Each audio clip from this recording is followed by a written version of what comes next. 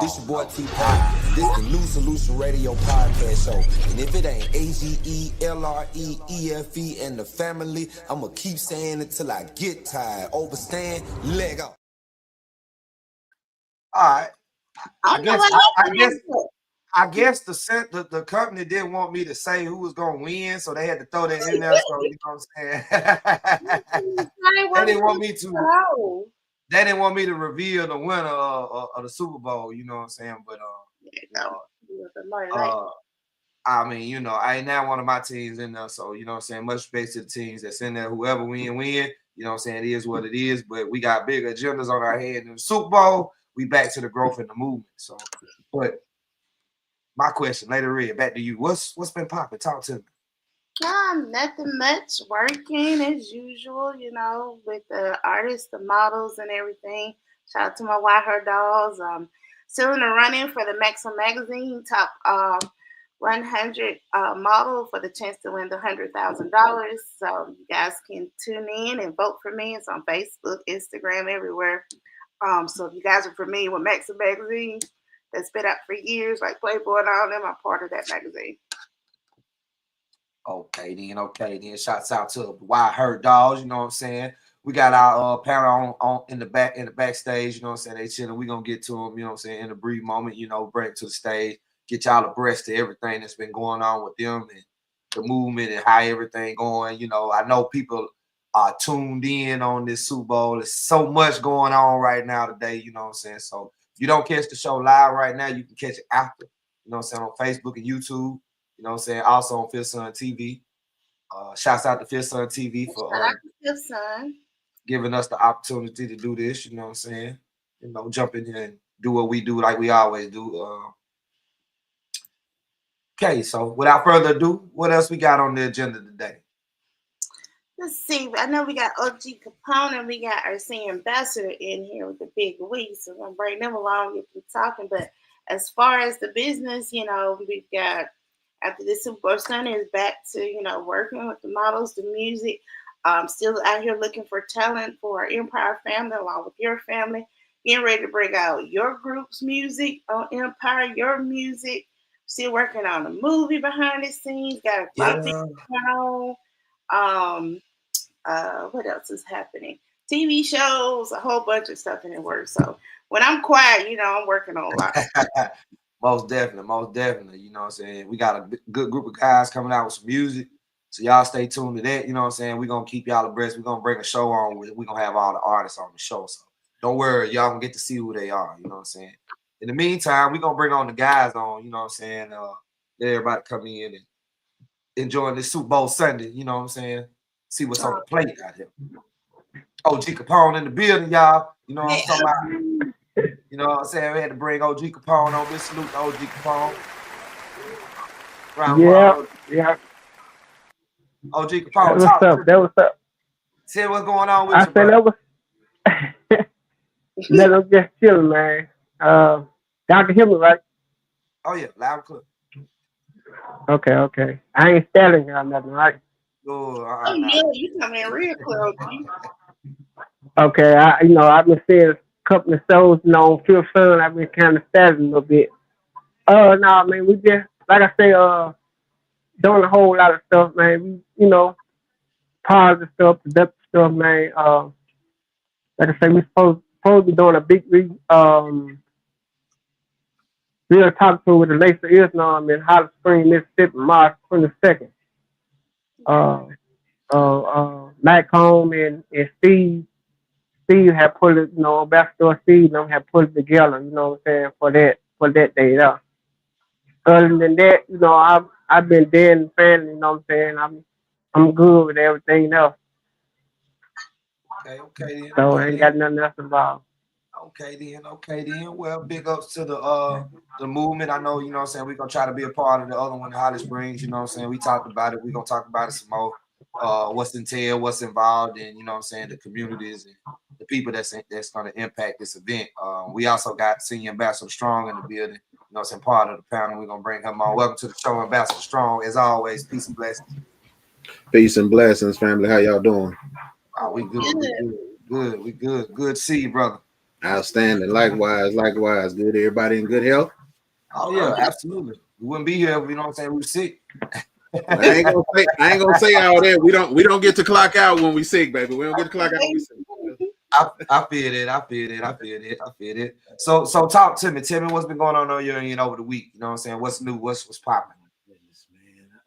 With me, it's a constant education thing, man. I constantly I deal with young brothers as well as old, trying to destroy misconceptions and false narratives that have us constantly at each other's throat. You know, I try to teach them the tools that will help them overcome some of those things. You know, how to challenge their thoughts, how to challenge their beliefs and things of that nature to establish things that are more positive, productive, goal-oriented.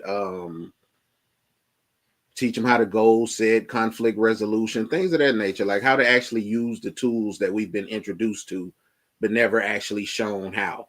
You know, a lot of things are left to common sense. And as we all know, sense just ain't common no more.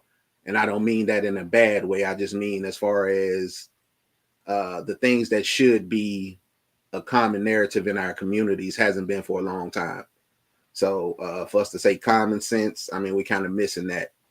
But yeah, that's it, man. Just trying to educate and elevate, you know, and uplift and reestablish hope within the community so we can make this change. Indeed. I liked it. I loved it. Love to see a plan come together. You know what I'm saying? Beautiful. Love it. Yes, sir. Looks like we got two more in our backstage. Like we got our very own AGE president, my boss man, Mr. Billy Stokes, and also we got KG coming in. Bring those guys on in onto the stage so we can introduce themselves. Welcome, guys. Welcome to the show. Hello, Sunday. Welcome to the stage. You know what I'm saying? Welcome to the stage. Glad to be here. Already, can y'all hear me? Oh yeah, loud and clear. Yeah, you coming in very clear, sir. Very clear. Yes, sir. Very good. Yeah. Best thing you told me to get was this mic. Hey, all right. Upgrade, baby. Go wrong with the upgrade. You know what I'm saying? Got to upgrade. So I know it's a lot been going on both of y'all ends. So either one y'all want to jump in. I know what's been going on over the week in your area. You know what I'm saying? You let us know what's popping. I'm gonna let Mr. Stokes jump up in there, man. You know, out of the alphabetical order. I just looked at this. We got Stokes and Stokes. Yeah, we sure do. AD Stokes and Billy Stokes. Is their relationship? Is there some kind of relation going on? All right, no mind. I'm gonna keep my mouth shut. You know what I'm saying? What's understood don't have to be explained. We're gonna keep on moving that way. Hey, I'm gonna just say this, man. If your name's Stokes and you're black, I'm pretty sure it's somewhere down the line according to people's last name and who they married and stuff like that. So we ain't gonna talk about it. Let's just keep being on this purpose. Yes, sir. Yes. I just found that mighty ironic, though. You know. Yep. I just paid attention to that earlier when he logged on myself. My people are, as far as I understand it, are basically from the Delta area of Mississippi and branched out, you know, all over the country with strongholds in places like California, New York, Kentucky, Indiana, blah, blah, blah, blah, blah. And there are a few who have notoriety in terms of who've made considerable impacts in their communities. And I do believe my mom, she was sitting down one day telling us that we were like first cousins to Martin Luther King. And I was like, what? Somewhere in the genetic pool, there is potential. Okay, say it's swimming around in there. It's there though. Yeah, it's there. The defining is there. You know what I'm saying? The defining is in there.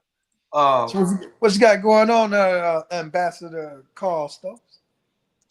Well, you know, man, just still trying to re-educate the population, man, just according to what we can do, not what we want to. It's gonna always be a bump in the roads, a few with your own situation, but you remove that character situation as annoying and continue to bounce the ball, man, and pass the ball along. Every time you get a ball, pass the ball. So um, we only right now dealing with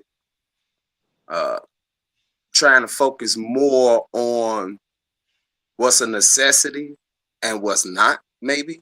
You know what I mean? According to, because you know, you're dealing with diversity out here. So when you're dealing with diversity, communication is key, understanding is key, and seeing what's really going on in the physical realm of what's we being seen. We might have to rationalize what we want to put on our plate. See what I'm saying? So everybody ain't gonna agree with y'all, everybody ain't gonna agree with us or each other, but long as it's a clock moving, Yeah. we ain't worried about the time. Let me jump in there with you, Mr. KD. You know what I'm saying? I'm gonna say like this. He said diversity, and everybody won't agree with each other. I'm gonna throw a curveball in here. I'm gonna say with the education was doing, I'm gonna be the ball hog. I'm gonna be a ball. I want to hog it to myself. You know what I'm saying? I'm gonna play the other percentage of people that we don't talk about. I'm saying, do you get where I'm going with it? So I'm just saying, I'm gonna play the ball. I want to hog it for myself. I did this. He didn't make that. I did this. You know what I'm saying? Hey, but the thing is that once you get the ball, whatever you feel like you need to do to pass it off to the next one, you might have to do that. You might have to discredit everything that next man did or that next man told you just in order to keep the mission going. Let it go. No, I'm just saying an aspect. Like, okay, you take Jordan, Pippen, and Rodman, or you take Isaiah, Rodman, and whoever, Bill Laimbeer. You take that type. I want a ball hog. I know these some good players. I know I can pass the ball to them, but I want a ball hog. I want to hold this much for myself. I'm gonna say something like Strong said. Everybody had a role in that too, though, with the Jordans, the Pippins, and all that kind of stuff. Though Jordan was a ball hog. What did Jordan learn to do? I guess he learned to pass the ball. He had to after he got double teamed and triple teamed. And, you know what I'm saying? He had no choice but to get the ball up. In certain aspects, I just said that to say in society, it's those people, it's a percentage of people that want to be ball hogs. They want to ball hog the ball. They get the information. They want to hold the ball. They want to dribble. They don't want to shoot. They want to go around, do tricks, and do all this extra stuff. You know what I'm saying? Instead of I want to see what Strong can say. No. I knew that. I knew Pope wasn't talking about himself. I knew exactly where he was going with that. Is those that wish to keep the masses blind in order to have a sense of control, to dictate the narratives, to do the misleading and the misconceptions. I know exactly what he's talking about. You know, it shows that knowledge is power, and that there is great value in knowledge. But the beautiful thing about our existence is we're surrounded by it, unlimited sources of it. So the only way you become handicapped by someone hoarding the knowledge is if you've made that person your God. Get up and get out and get something. It's all around you. The choice is yours. That's my little piece on it. I was waiting on that. I'm just saying the ball hog is out there. We can't avoid the ball hog. They out there. They everywhere. You know what I'm saying? And these the type of people that'll play team ball maybe 3 or 4 games, and then they'll take off. You know what I'm saying? I got the ball. I'm gonna take it out. I'm gonna run it down the court. I'm gonna run the play. I'm gonna call the plays on the court. You know what I'm saying? And there's a lot of that going on. Not just I just use that as an analogy. It's a small percentage of people that's out there that will take what you got, what you just presented on the table, put their little extra ketchup, mustard, mayonnaise on it. You know what I'm saying? Rub it down, make it taste good, and then feed it to people, but it ain't what you said. You get where I'm coming from? It's not how you put that. I guess in the restaurant, I used to work in the restaurant industry. There's a certain thing called plate presentation. You know what I'm saying? When you presented the plate, it was a certain way. Everything had to be a certain way. The garnishing had to be a certain way. The meat had to be a certain way. Left side, right side. I mean, things like that. You feel what I'm saying? I just wanted to throw that out there. That's just on me. Hey, it's beautiful perspective, bro, and it actually is. It speaks to a lot of things, even more than just hogging the knowledge, man. You look at the structural integrity of anything. Yeah. Things have to be put together properly in order to sustain and maintain that integrity of that structure. It's like making gravy or anything else. If you don't get the ingredients right, it's going to be too thick. It's going to be too runny. It's going to be lumpy. Hey, it's something ain't right. And although there's a different taste for everybody, you got to know what you like on your plate and don't be afraid to go after it, you know? Right. Because that same analogy, we have people that do that in business. We have people that do that in relationships. It's all about them. It's never about the other person. You know, we have that pyramid to where everything starts wide on the bottom. As it slowly gets tall, it comes to a point where everything is elevating one person, the leader, the top guy, the man in the seat, you know, and people have a tendency to forget that structure that's underneath them, the things that are important behind the scenes. That if I hoard this stuff and I leave people lacking that are responsible for being supports, I'm weakening our structure. I'm weakening the integrity through my greed. And that's across all platforms. You know what I'm saying? 100%. That's my opinion.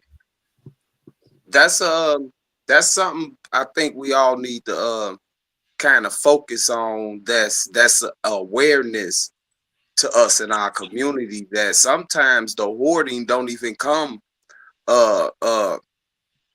physically right up in your face. Sometimes the hoarding is coming in the shadows.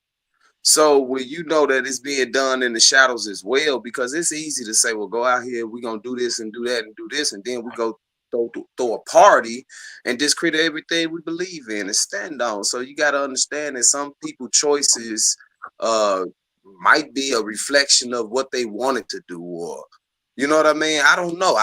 I'm just throwing that out there because there's got to be a reason that us as Black folks can't come together on a collective consciousness of the same thought process and the same goal without having to feel like we need to oppress our own.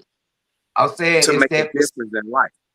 It's that percentage, is what I'm saying. It's that's why you always gonna, no matter what we do, it's a balance. It's always gonna be that percentage over there that want to take that, even with what we do, what Lady Red do, what Mr. Stokes do, even on our end, people will take what they done told them. I have seen this with my own 2 eyes and heard it with my 2 ears. They will take what somebody say. I'm talking about it be a grain of salt. Don't wait. Don't even weigh $1.05 soaking wet, and they'll take it over here and try to run over here and do this, do that. You know what I'm saying? Mm-hmm. But that's just part of it.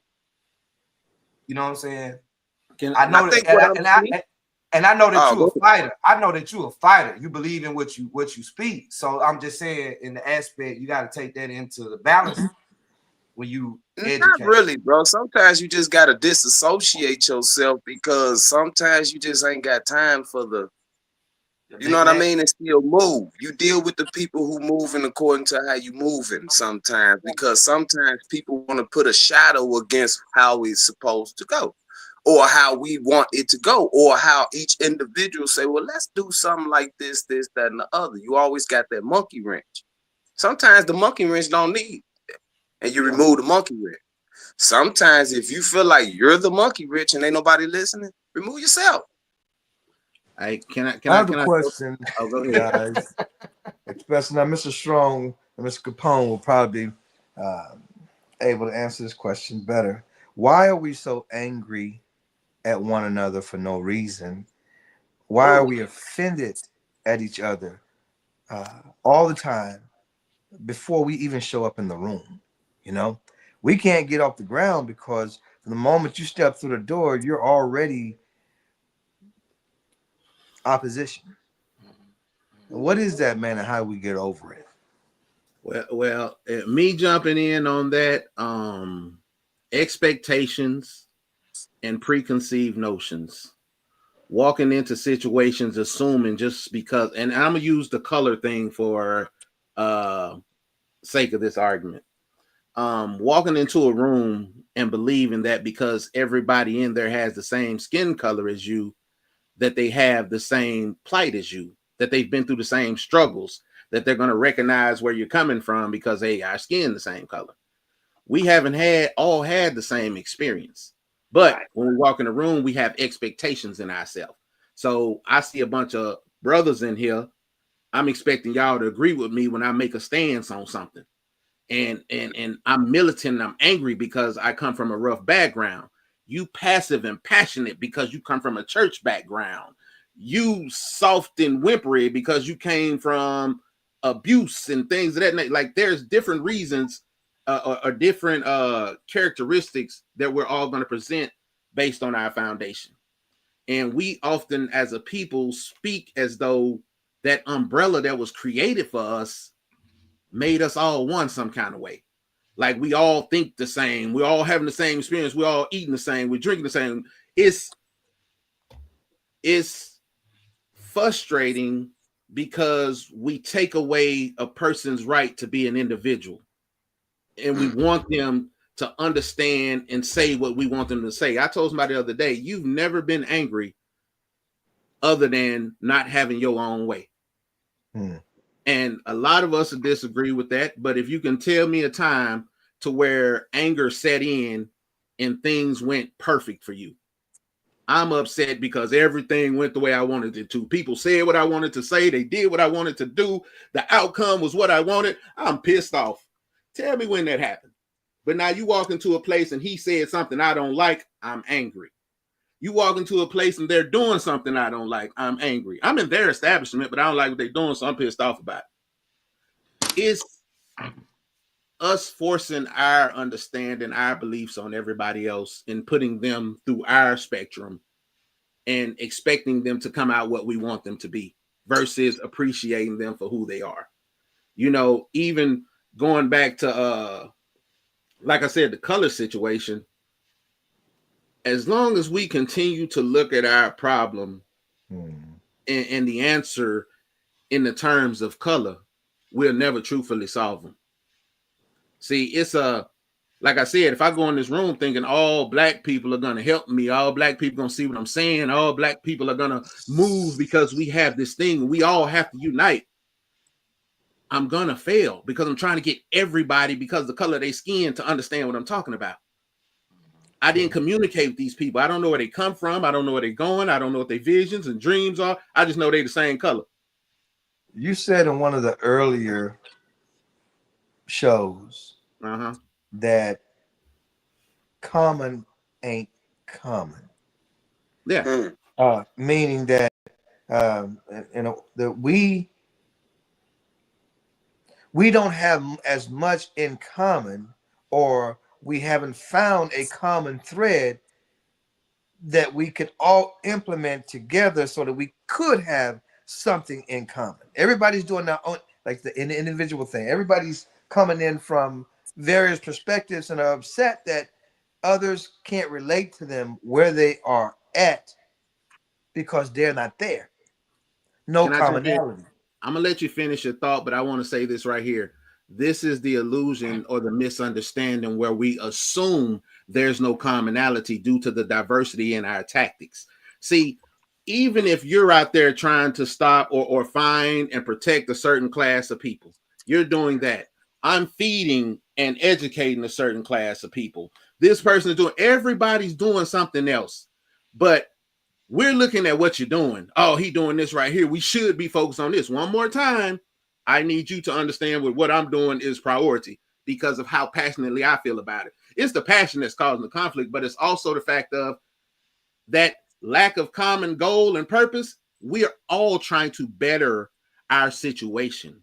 We're all trying to unify our people as a collective. We're all attempting to do the same thing, but for some crazy reason, like I said, we let our differences as opinion come in between our vision of what's really going on. Like I may argue with you, and it's like, okay, we're yelling at each other because you on something different. In that moment, you may be over there boiling like a pot of water on the stove. Me, I'm recognizing your passion for what you stand on. I know that this brother really is willing to get in there for what he believes in. So maybe if we politic and we see some common goal, it might not be what you're doing, it might not be what I'm doing, but somewhere down the road, we may have a joint venture where I know this brother got the type of heart. Let me reach back out and see if I can get in tune with it. I don't know where you at in that, but those are the type of individuals I try to surround myself with. I don't feel I need everybody. I need the willing. I need those that believe. If you don't, I'm not mad at you. Walk your lane, my brother. I pray to God I see you on the other side. We may disagree down the road, but that's because we're men and we standing on what we believe in a world that's based on faith. Nobody knows. Everything is passed down. We going into tomorrow blind. We going into the next moment blind. Everything is faith. So if something I feel is threatening me, I'm going to lash out. And vice versa. You can be as humble as you want to be. When somebody cross the line, you're going to bark. Mhm.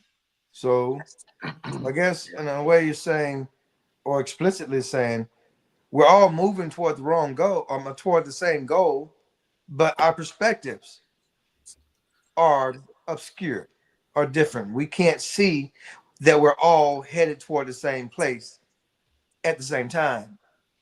Because we're not looking at each other. We're looking at my idea not in play over there, what they doing. I'm not paying attention that this brother spends wakeless hours trying to help people find them, locate their families, make sure that they're getting fair treatment in this right here. I can't see it because right now, mine personally is money. We need the money. We need the money. Let's get the money. I'm not saying the money wouldn't be beautiful and we don't need it, but I feel like before the money, there's something more important. So me and a lot of brothers like that, we clashed until I realized I was being the ass, because the moment they said money, I stopped listening. Right.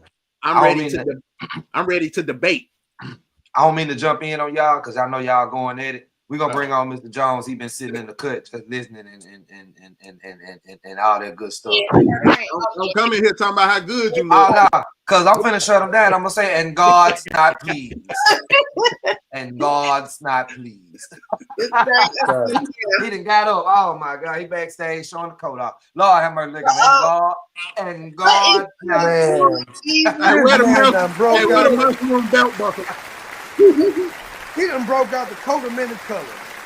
I guess you think he's Jacob. Nah, I need the hat. No, you got the What is you doing backstage? Because you getting undressed? What you got to coordinate. You know what I'm saying? Coordinate. Your mic off. Coordinate.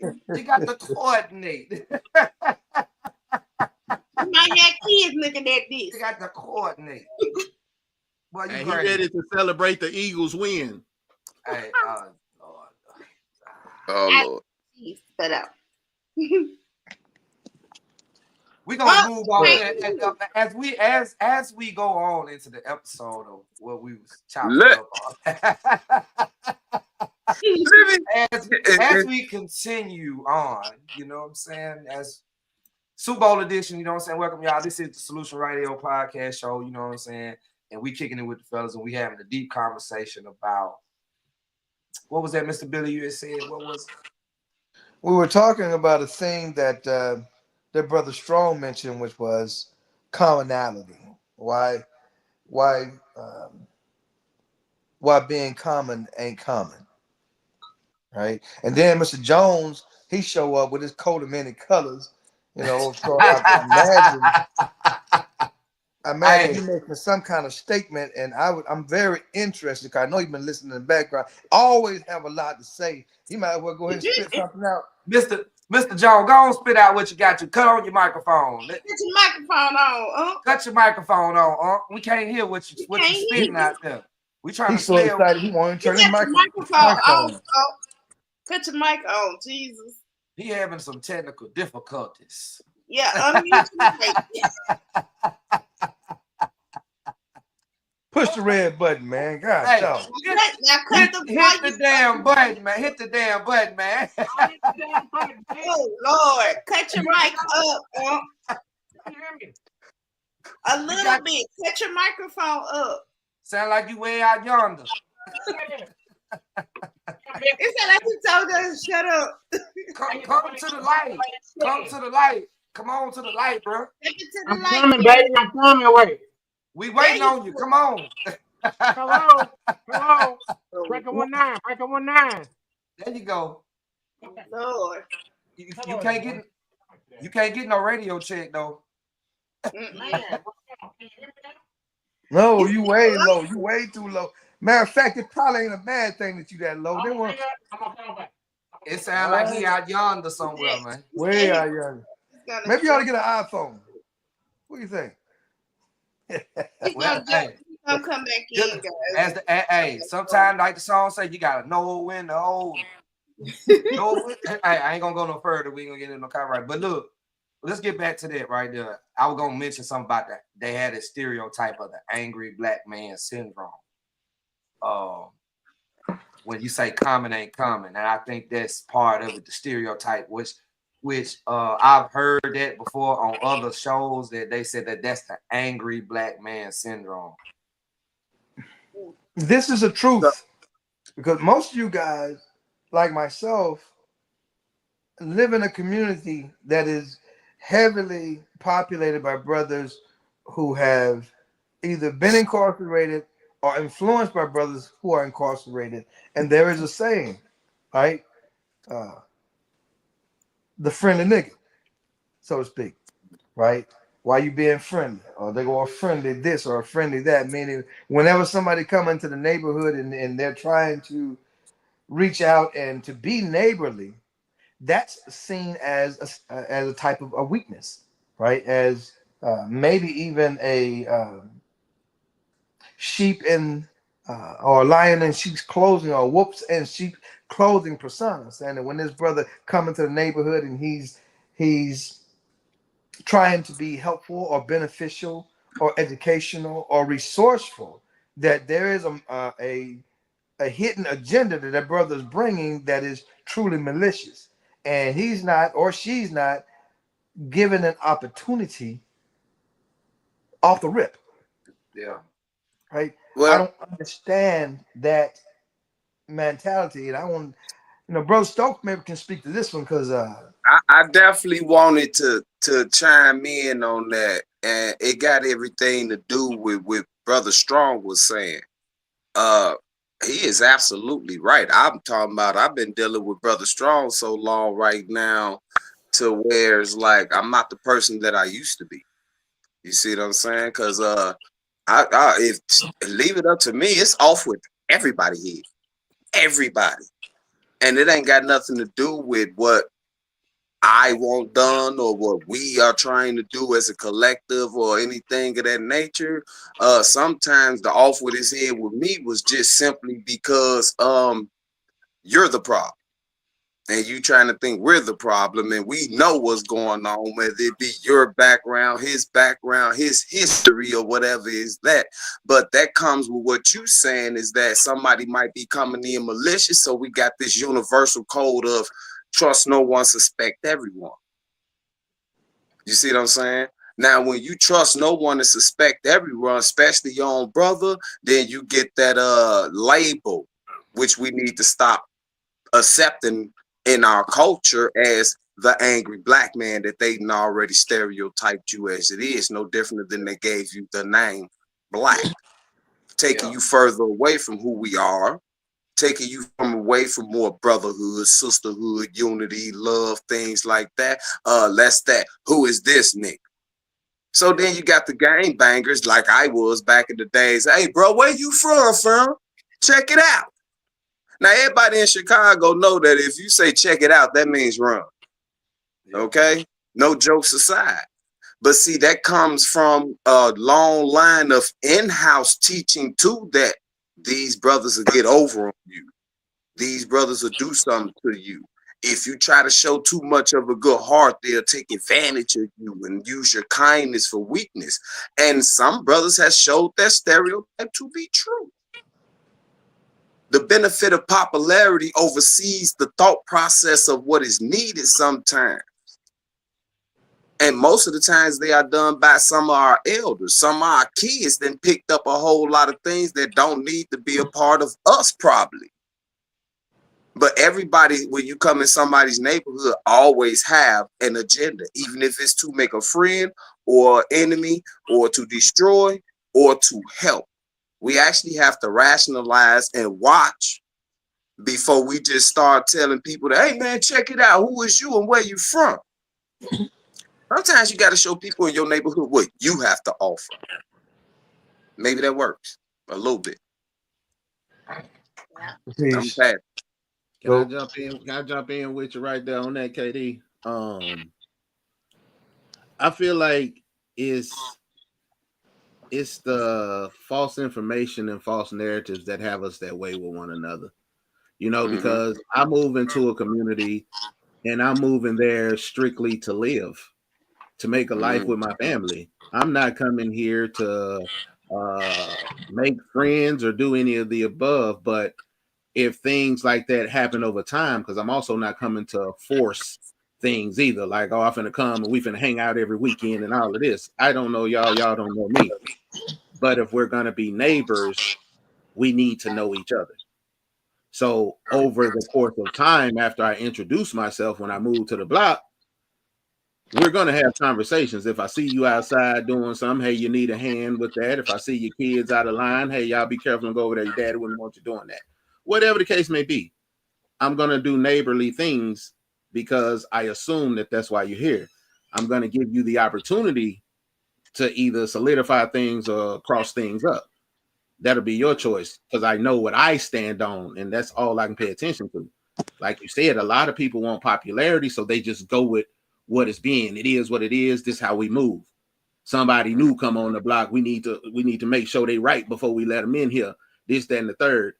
But I have no problem with that as long as you own something on the block. As long as you own the house you living in. As long as you're putting some effort into the community and not destroying it. Yeah, screen it. Make sure ain't nobody coming into the neighborhood to destroy things. But if you out there destroying the neighborhood, and that's your real motive for checking everybody that's coming over here to make sure they ain't finna stop your money, you the problem. That now you know what I mean. Then you know what I mean. Now you exactly know that. That's what I'm saying. People might have to offer what they have to the table first while they screening everybody else. You know, we out here. Hey, my neighbor grass ain't cut. I'ma cut it. I don't gotta know him. I ain't gotta know him a day in my life, but he right next door to me. So I'm gonna cut this grass too. That's the neighborly thing to do. That starts a communication repertoire. You start finding out things about each other. Hey, man, this other got some of the same ambition, some of the same passions. I wonder if we can work together and protect our neighborhood and our community. Because as we say, no different than Lady Red being on her block in her community, that's her block. And what we see and what other people see, according to what everybody know in the community, from what your actions and your behavior and your attitude are, we all be able to stand together and protect that block against whatever tyranny comes our way, even if it's from the malice of ourselves. So that's why the test is needed sometimes. You know what I mean? Let me ask you a question. Yeah. And maybe Brother Red over there. When I said Brother Red, I mean light skinned the guy down there. Brother Jones can chime in at some point. Because you know, I'm certain that he has a perspective that we ain't heard just yet. But nevertheless, here's the question: are there rules for being neighbors? Because when I was a kid, you know, no matter where I went on my block, no matter how far I went away from my block, Mr. Jones, Mr. Smith, Mr. David, Miss Lucia, whoever it was, if they caught us doing things that we weren't supposed to do, they could snatch us up, whoop our ass, and send us home for a new one, and there was no problem, right? Nowadays, I understand. No, that's dead. That's dead. The microphone ain't working. That's dead. That's out of here now. See, when propaganda starts to take over the situation and inception to brainwash to make sure that, you know, all our culture has to have some kind of dramacidal situation going on in their homes, and we need to protect our kids from our own brothers and sisters, not even disciplining them. So you know you ain't finna let nobody discipline them neither. We go out there and we fight our kids' battles that are actually out there doing some of the most terrible stuff in the world. So the village to raise each other has been gone maybe since, I'm gonna say 2000, 2001 maybe. You know what I well, mean? maybe a little earlier because when we grew up, we didn't have definitions for the things that were dangerous in our communities. Nobody told Mm, us about the pedophile coach, right? mm, Or the preacher who was knocking off everybody and everything, right? Or the things that were most dangerous and traumatic to us were spoken to us in code by our parents. But as we got older and we started learning definitions for these individuals and these situations, the betrayal that we felt from our parents and from our community for not acknowledging or for whistleblowing on these particular situations caused us to say that we weren't going to be like our parents, and we didn't necessarily define what we weren't going to be like, but it showed up in how we raised our kids and how we began to try and protect our children from our community. Right now, I believe ooh. I believe in child abuse. There you go. I We believe back in the I game believe now. in child See, abuse. somebody get that man some fried chicken. He back in. I believe in child abuse. 'Cause I will whoop my youngest ass Nah, if he go to because the next it's neighbor the house soft acting crazy. parenting. That's It's three. the soft That's parenting. three. We take all our human liabilities That's away three. from each other, bro. And I'm not saying it's just a vote system or nothing. We vote in our homes before we even have kids that we're not gonna raise our kids like our parents raised us because our parents actually in my era, they kicked our butt for what we did. Like you said, Spare you the couldn't. rod, spare the child. Spare the rod, spoil the child. My youngins are spoiled, but they gonna listen. They gonna say yes, sir, no, sir. And when they see each and every one of y'all, they'll be like, yes, sir, no, sir. Now, my older agreed. kids, y'all age, they crazy as hell. They won't say nothing. You know what I'm saying? They probably try to rob your ass. But my two little babies, them some good kids. Okay? Just saying. I want a good dude a long time ago. Wait, you know what? I love all this conversation, but I am biting at the bit for something. I've got to say this and get this out. How many people live in Chicago? Anybody live in Chicago? Mm-mm. Nobody. Okay. So now we can talk shit about Chicago real quick, and there won't be a problem. No, you You don't have can't. to worry about nobody showing up at your house, okay? Okay. Dexter Reed Jr. got shot 96 times in 41 seconds by the police. Y'all remember that back in March? Yep. They strong armed the family. Can you hear me good? The family strong armed the mother because she has an addiction problem. She's an alcoholic. Everybody strong armed this lady. That means the lawyer. I'm not calling his name. He's a friend of mine. So I'm not going to call his name. But they strong armed this lady to take $1.25 million for her son getting shot 96 times.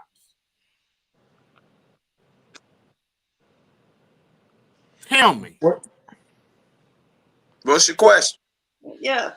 The question is, why does people not have their family members and other people's backs? I got a text this morning as I'm getting on the plane that, and I'm not going to call the name of the case out, but y'all had another significant case that was pretty much the most significant case last year, and they offered the family $8 million. And I've got to talk to the family tomorrow to tell them they're crazier than hell. Because if they'll offer you $8 million, they'll give you $50 million. And these are all people that have been killed by police in Chicago. And if you would think who I'm talking about, you'll know exactly who the family member is. Tell you what, I'll give you a hint. She got shot in the face with a gun by a white guy.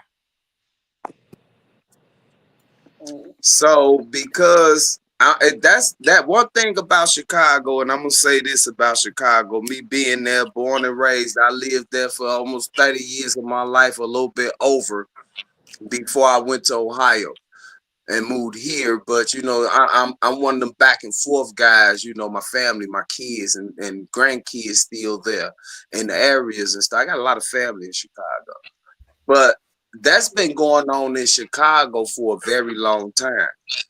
That's crazy. To pay out. No, hold on. I'm trying to get you to understand the politics of how these people move in Chicago, as far as the politics, the street justice that they allow and things of that nature, because most of the times they are the ones that kick it off.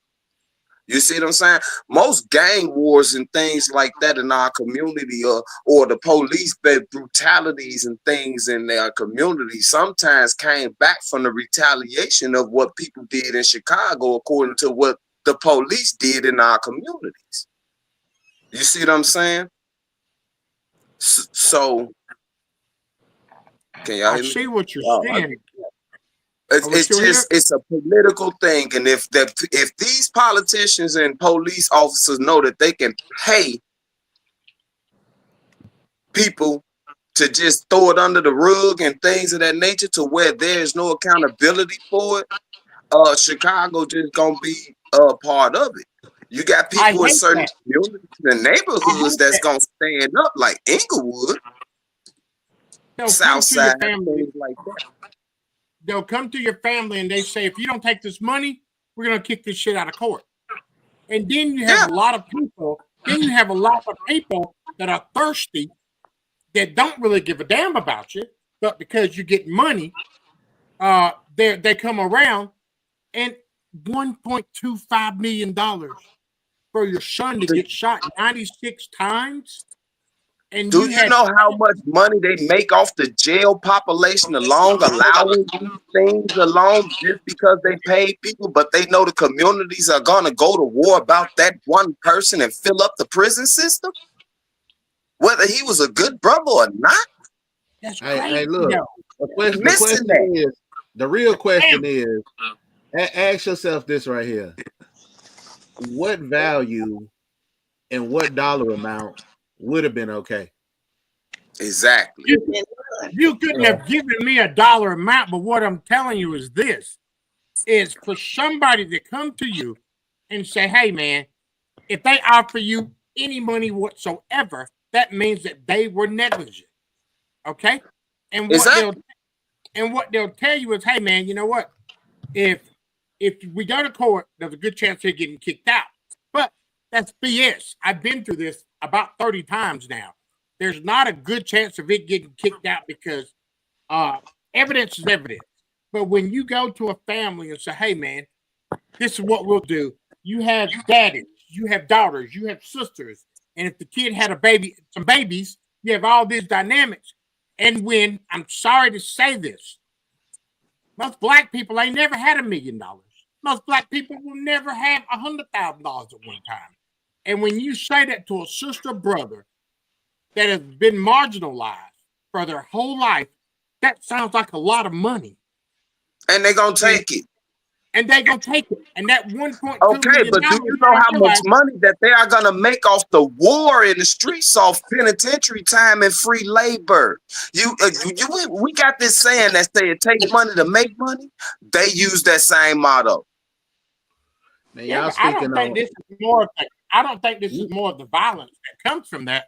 What I'm sad about is the family let their own family member down for a couple dollars. I know most people ain't never had a lot of money. Yeah. So you wait a minute. On this was basically you trying to see how the family didn't step in to stop them from getting the money or stop them from overseeing that, because when it comes down to it and you have a family member that died, there should be no dollar amount whatsoever. You're gonna sit on it, at the end of the day. My family gone because of the. You can never bring them back. You can't bring them back at all. So there's no dollar. You can't bring them back. And what happens is when you take that money, you relieve the officers from having to be accountable. That's the first thing that happens. You relieve the officers from having to be accountable. So once you take that money, ain't nobody going to jail. And it's so sad because don't fight that war, and they're gonna get their money back. All right, here you go. you're speaking on morals and values, man. When you say why do people do certain things and stuff like that, that's about their personal morals, their personal values, and the way they see it. You're looking at it through your eyes. But if the family, just think about it this way. If let's just say my child, and I'm gonna speak on any mother's child. I don't know anybody's situation, but let's just say, well, I'm a father. Let's just say my kid get gunned down, and me and my kid didn't have a relationship. I never wanted to see him, never wanted to have kids. But now, out of the blue, I'm benefiting from his death by getting this money, by filing these suits and doing these things. You can't understand why I took the money, because I really didn't care. It was an opportunity to come up. But in some cases, people get railroaded. Why are these lawyers and the government and whoever else participating in the railroading of this one person when they know they were done wrong? Who knows? We can't say what made that man corrupt, that entity corrupt. That office we know is corrupt because of what is built on, the Constitution, but that's a whole different topic. Everything else, it's the individual that's holding the post. You know, I can. It's selfish. It's just bad and selfish as hell, is what I said. You know, I talked to the uncle. That's an opinion. And the uncle Man, said, hold that noise, bro, John, for a second. Now, from what I'm hearing, the value of a person's life is estimated by his or her family and community, right? If your family care, then you have a value. If the community cares and the family care, you have a higher value. If nobody cares, then hey, you just disappear into the system. It is what it is. Is that what I'm hearing? What I'm hearing is that's pretty much what it is. Yeah. You got a lot of people. Yeah, a lot of people add up to a t-shirt. Yeah. You got a lot of people that have an opportunity. This is an easy fix, even though it's a complicated fix for us as a pseudo nation. The fix is, regardless of who it happens to, turn out for them. Man, even if they're not your friend, even if they're not important to you, you are important to you, and you are a part of the larger picture. And if you don't stand up for those who are in the same boat as you, eventually ain't gonna be nobody left in the boat. Bingo. Right. So I just left a place where there were 31 people on a wall in Salt Lake City, Utah, and all of them got murdered. And out of that 31 people, you had 3 people that was granted rewards from police brutality. And it was one of the most surreal moments that I've had to have a city, especially Salt Lake City, where there's nothing but white people. And they had 6 city blocks where there are pictures of people, George Floyd, Breonna Taylor. And that was like powerful as hell to me. And we're getting a new memorial built, a permanent memorial, because a lot of the mothers that I talk to, they're like, Uncle Selwyn, I don't care about $1. I care about getting justice for my son. I would trade any amount of money to have this man locked up in jail that killed my son. You know, so, you know, I'm just animated today. I'm just animated today when you hear that somebody that you battled for and they took advantage of somebody's mental health, alcoholism. They took advantage, family took advantage of her. And now think about this, that $1.2 million, by the time you pay that $300,000+ in taxes, by the time you pay that lawyer, what do you got?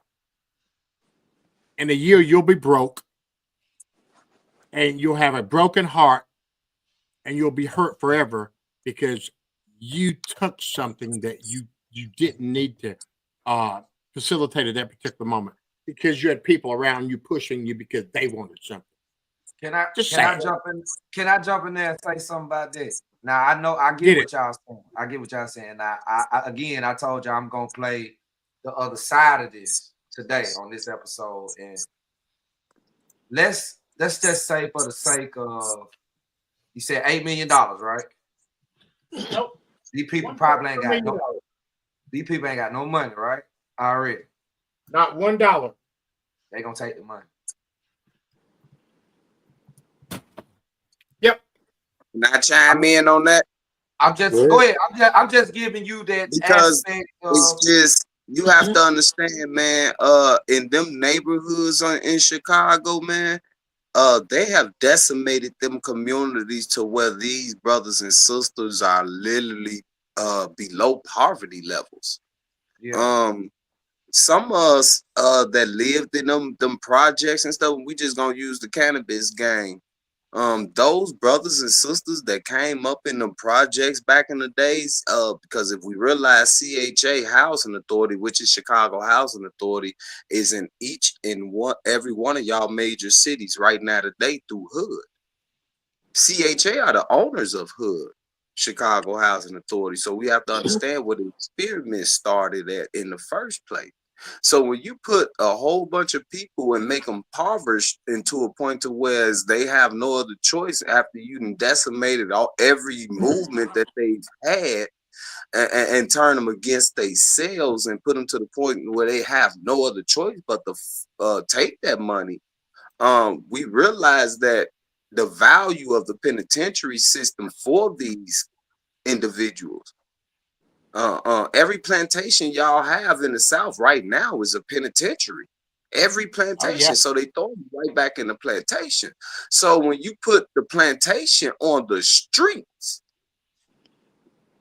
and these individuals that made it this way and created it that way, and we choose to, let's just say, dismantle our own movements and stuff by some brothers and sisters actually taking it to dismantle it and put us against ourselves, that $8 million is a come up to either come up in that city or leave that city, because brothers like me that love that brother like that, whether he was a right or wrong brother, is gonna go over there to who actually did that to him. Once we find out what happened for him to get shot 96 times, we don't care if he was right or wrong, we're gonna retaliate. And the prison system gonna make so much money off $8 million within a year, going back and forth to that county, they'll get that back. Yeah, but two wrongs don't make a right. Two wrongs don't make a right. That's true. Hey. That's true. But like I said, in this situation, they gonna take the money. I look at it this way though, and I'm gonna say this Already because we act like always taking the money is wrong, but I've known people who got their settlements and actually invested into getting the laws changed and getting the political process going towards that issue. Everybody that took the money didn't squander it away. I know people right now that fought to get laws changed and things of that nature with settlements. 95% of them do. One of the things that I want to do with the law firms that I deal with is I want to create some kind of financial literacy. If you're going to get rewarded, you need to know how to handle that money. So in 3 years, you're still being able to eat, because you have no obligation to your next door neighbor or little Ray Ray or Boom Boom down the damn street. And a lot of people, when they get money, what happens? You got all these friends that you didn't have that show up. And that's one of the problems. Our people, black people, brown people, green people, whoever, need to be able to understand that financial literacy aspect. Because reality is this, as I said before, 3.2 million, the lawyer's going to get 4 million. He's going to get 400,000. You have to pay $300,000+ in taxes. Then what do you have? Oh, y'all couldn't hear me a while ago, but I want to break the monotony. Thank you. Damn. Hey, look, hey, what you got though? What's crazy is when you look at it. I'm gonna get this money from this settlement. I've lost a child. I'm gonna get the money from the settlement, and now I should be smart enough to hold this money, invest it, and do all these great and wonderful things with it. Now, I didn't have this money at first. It's my child is gone for me to get this money. There are people suffering all around me. By me giving those a hand up with what I just got for the loss of my child, for me giving individuals hands up and changing some people's situation, which changed their lives make them believe, feel that somebody cares about them, whatever the case may be. And I'm not saying everybody do this. I'm not saying I would do it with it all, but helping those around me and doing for the community. And yeah, you got blood suckers that's gonna come in with all kind of lies, and now they can't make it. But you got to have the knowledge of, hey, you was making it fine before I got this settlement. If I didn't get it, you would have kept on being all right, doing whatever you had to do. But it's people around us that's actually suffering that can actually use this money. And maybe some other child won't be in this situation. Let's start educated awareness about interacting with police officers. Let's start an interactive awareness about what happened? Time out.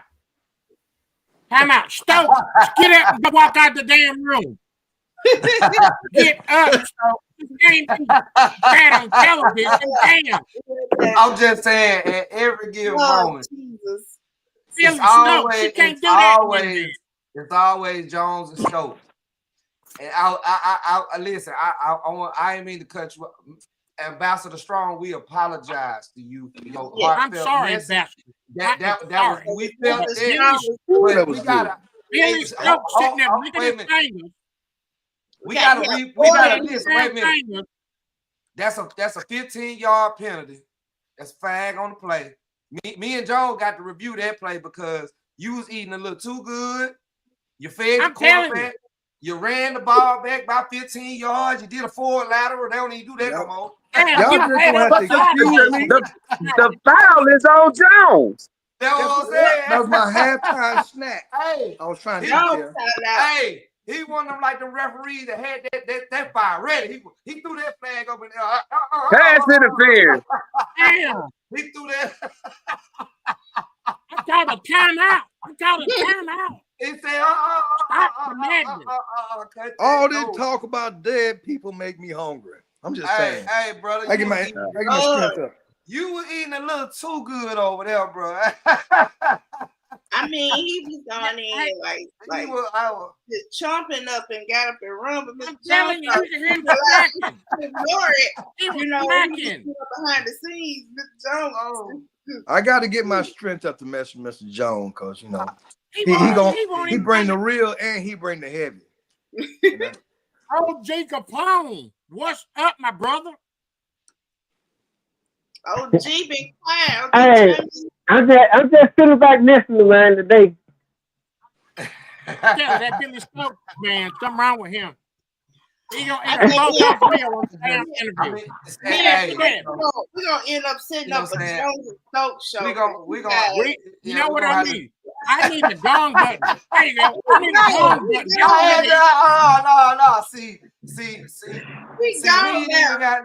We ain't even got no. I apologize to the people for those displays. I'm sorry. I'm sorry.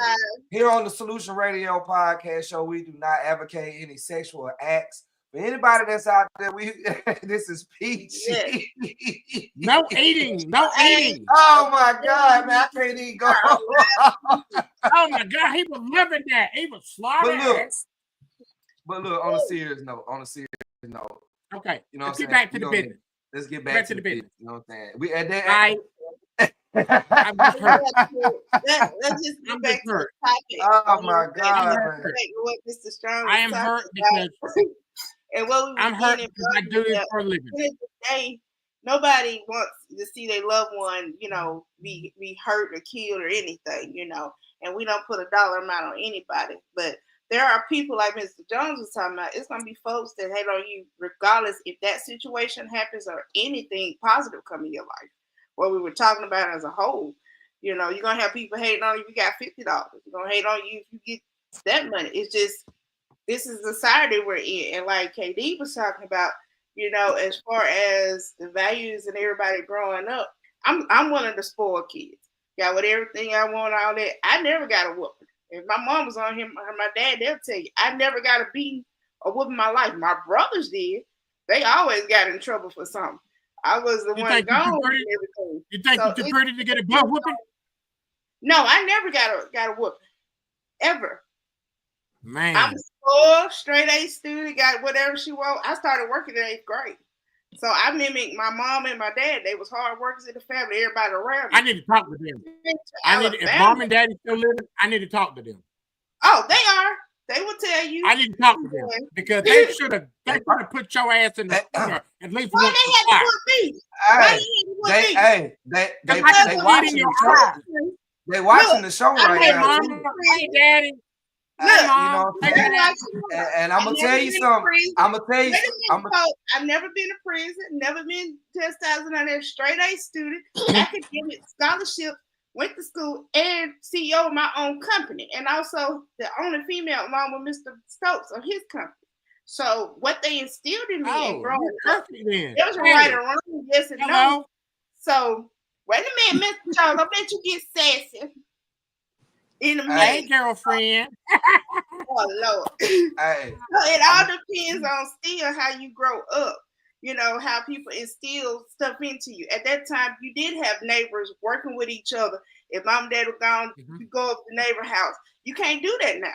You can't send your kids No. over there because you don't know what's going on in their household. Nobody wants to talk to nobody. Everybody's like, you know, I can't talk to this person. Now, even when we moved on our street, you know, I went to say hey to the neighbors, and some of them look like nobody says hey to them or speak. But that's the point. You got to get your community. You got to start on your street saying hey to your neighbors, get to know them, because I'm going to look out for you if something happens. I'm not this bad person if something go on. You got to have that connection. We don't have that anymore. That's in the suburbs too. I got to go across the cornfield. I got to go across the cornfield to meet my neighbor. Oh Lord. I Man, that remember. man never seen a Yeah. cornfield. I watched I didn't grow up in the hood. I grew up in the cornfield. Yeah, he been in the house I his grew up in whole the life. cornfield. Oh no. Huh? in this corner, we got Billy Stokes, undefeated champion. And in And this you got corner, Mr. we got Jones. Mr. Jones over here, Mr. Coordinate. Cornfield. Purple Now we're suit. gonna have a good, clean fight, fellas. We're gonna make sure More- this is respectable. We want y'all to go out here and hey, I want y'all to touch gloves and I want y'all to come out swinging, okay? It ain't that serious. I'm just saying that he talking about corn. Man, I feel more like a I'm corn listening can, to the red a and the can of green corn. pill. Oh The Lord. who? What you said, KD? Say What it you again. say? Carl. I feel like I'm listening to the red and the green pill. Choose wisely. Oh Lord. Ladies and gentlemen, Hey, man. place your bets because it's going I asked down my in the daddy. arena tonight. Oh, My T-Po, I asked my father, man, my dad, he dead now. God bless his soul. I asked him about the God whooping bless him. thing. And I was like, Dad, why? And he told me these words. He said, Daddy said, because I ain't got time to explain to you what you gonna face from a single mistake if you get it wrong. Right? He's like, I ain't got time to explain it to you. Now, if I tell you not to do something and you do it and I catch you, I'm gonna whoop your ass. Not because I want to Consequences. beat you, but because if the white police officer catch you doing that thing, you won't get a second chance. You're gonna go to Billy prison or you're Stokes, gonna your go daddy die. didn't go through all that. Your daddy didn't go through all that talking about the white police officer. He didn't. Well, my daddy did. So whatever your daddy my didn't mama do, told me. you can't impose My mama upon my told me daddy. to do what she told me to do, and if I did anything else, there were consequences. Well, I can tell that you had a That's what I life was of privilege because you know when I walk into a store, nobody second guess that I'm a black man. They say, "Ooh, Jesus, you black." But when they see you coming, you know, there's God, no. you know, they gotta wonder if you are ally or enemy. And I can understand that. I kind of almost had the same problem. Billy Stokes, what the hell wrong with you? I'm You black talking about skin. corn and cornfields, and I know you ain't never had nothing but maybe a can I of come corn. You from ain't the picking no corn. damn cornfield, Billy Oh, Stokes. I God. put in tobacco. I put in Man. tobacco just because. Oh, look at them nails. Just because them nails are pretty now, don't mean they always been pretty. We know I how them just nails got got you that the damn pretty. hand. Look at that. A life full of massages and honeydews, and I know how you I got got 9 babies. I got 9 Huh? babies. I got 6 baby mamas, and I love them all. Well, I did love them all. I love the babies. Anyhow, Get out the ropes. we Get out the gotta get ropes. off the Mr. subject. Jones, get out the ropes. A rope a dope. Oh, Mr. Jones, a no. rope a he dope. got me. He got me backed up. He got me backed A up. rope a Right? dope. We got to get order he here. got me. Mr. Hogan's over there dead laughing. Now I'm flabbergasted Oh, he's because sitting back there, the Joe. man said he got 9 baby mamas. No, No. I got 9 He babies. got 9 babies, 6 9. baby mamas. I got 9 babies, and I 6 got baby mamas. 6 mamas. Man, that's bull. You classify to be a king in the hood. I'm just gonna say it. So I'm gonna go ahead and humble down for a second here, cause I ain't got We two gonna- baby Hey, mamas. man, you know what? Oh, That man You know what, can't man? pull out the I driveway. hate to say this. I'm just saying, like, No. I Tina Turner, I said, what love got to do with it? I played every football. I had a time- lot of fun. every time we get on this show, I This pay is child the support, though. somebody Rose getting Show. somebody you getting out, man. Look, this Ollie and Free down goes Frazier for How the many pay third child time. support? Down goes Frazier for the third time. I need to get me some liquor in this Mr. cup. 'cause Mr. Jones, you need to If give down y'all goes. if y'all see me laugh twice, it's because I'm watching it right here and I'm looking at us on this TV. Just so That's we what know, I'm not to saying. change the subject. We look good, y'all. So let's That's what I'm yeah. saying. Down Okay, goes okay. Frazier. Back to Let's back get to back. back to what? Back. Let's You get must back. got a lot of money to have 6 baby mamas. I'm Right. just saying. Woo.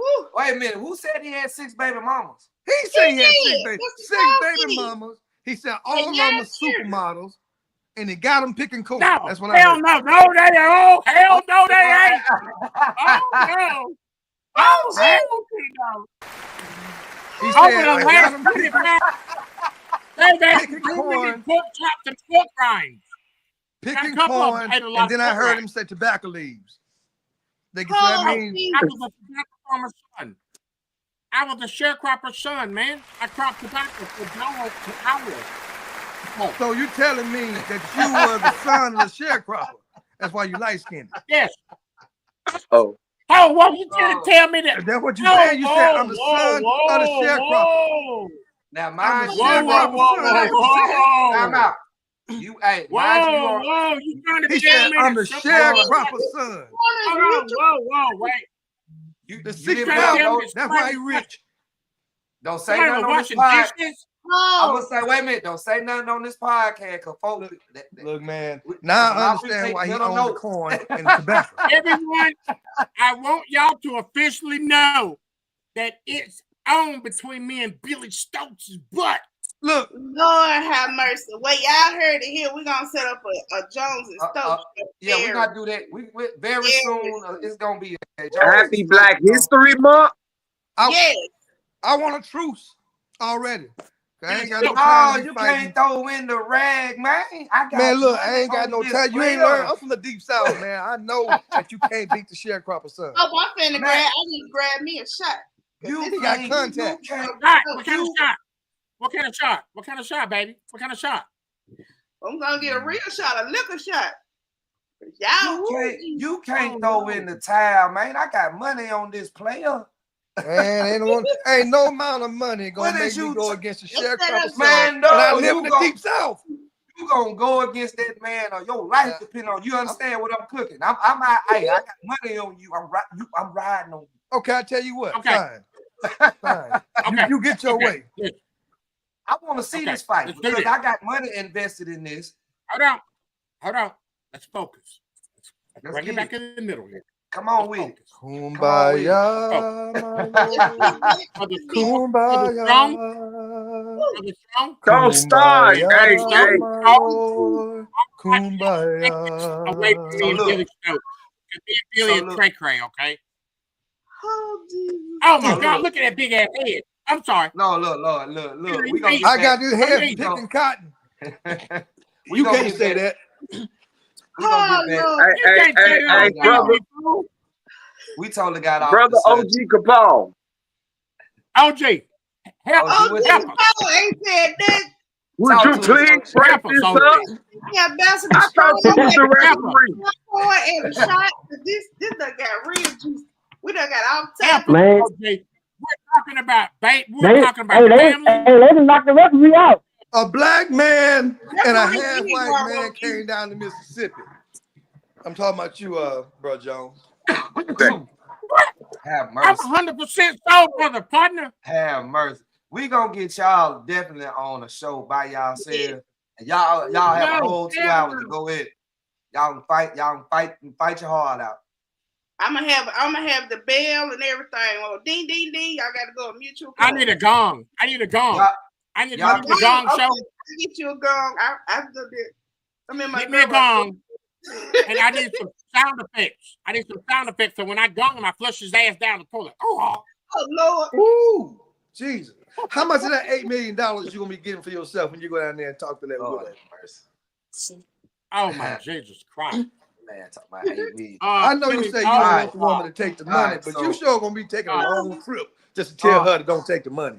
Man, I am let's a- go. Let's get back. Let's get I back am to a what we was talking about, man. All right, let me get We this. gon- Let me get this, please. Let's I'm a get to that. Oh, consultant. she had to get to help pride back. families. I'm a consultant to help families negotiate things like this. When you say For consultant, their do you well- mean for you their made money? well-being. How much do No, you I charge don't make your money cons- from that. I don't make any money helping any family members. I give out therapy. I give out we try to help pay their lawyer fees. I don't make money. This is from the kindness of my heart. This is me giving somebody things that they didn't have. Because without George Floyd, a lot of people wouldn't be accountable. That is what I use that for. Now, my speaking engagements and me looking so damn pretty, yeah, I charge for that.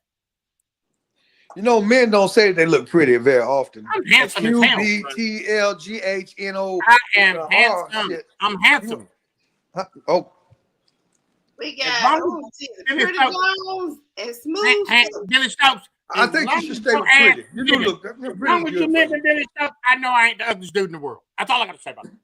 Well, you got 6 baby mamas and 9 children, so somebody got to think something of you other than homely. I told you I ain't got the 3 baby mamas. I feel Man, hold on, man. inadequate. Hold on, man. Billy Hold on, Stokes. hold on. Billy Stokes. Before, Billy I Stokes. got to. That was only I got that was to. only 30 seconds. No, hey, I'm I finna think he look. lying look, about the hey, 6 baby mamas. That's why on I the keep net- bringing it up. we gonna go ahead and hey, y'all, it's been a wonderful show. I Oh, appreciate my all the Jesus. guests coming on. But we totally got out. No, the we what can't we was go. talking about. Think you better we got. call I think Tyrone. when we come back next week, Call I'm gonna make Let's get sure. back. I'm gonna make sure. I promise y'all, at whoever watching out there on Facebook, Oh. YouTube, on TV, we gonna make sure we bring y'all a good show with Mr. Jones and Mr. Stokes. Bottom Yes. set. Oh, The no, Jones no, no, no, no. show. Yes, because reason being, and I'm gonna put this out here because y'all are right by yourselves. You know what Yeah. I'm saying? Billy Y'all Stokes. To my dark skinned brother and my light skinned brother. Y'all have been hoodwinked and bamboozled by the television. I'm caramel. I'm caramelicious. Down south down here we have what's called a woodpecker. Oh, Jesus. What the- Lord Yeah, have mercy. and way hell back is in the a gap, woodpecker? whenever our granddaddies and grandmas sleeping on the outside wall, you hear.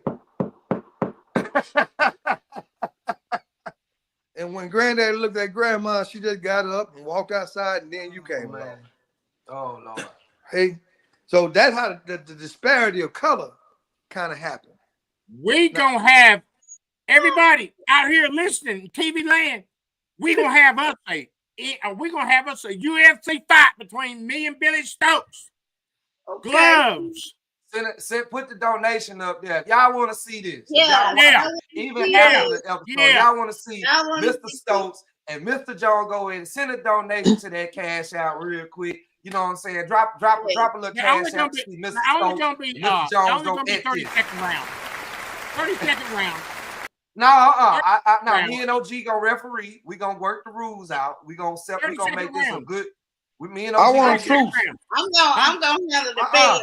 Separate. I want a truce already. But on a serious note, I would love Mr. Jones to find out how I can positively contribute to what you're about to do when you go up here and talk to the sister about the assassination of her son, who was shot, 80-something times. If you look in the Chicago newspaper, unfortunately, there ain't a lot that we can do about it now because this is what was posted.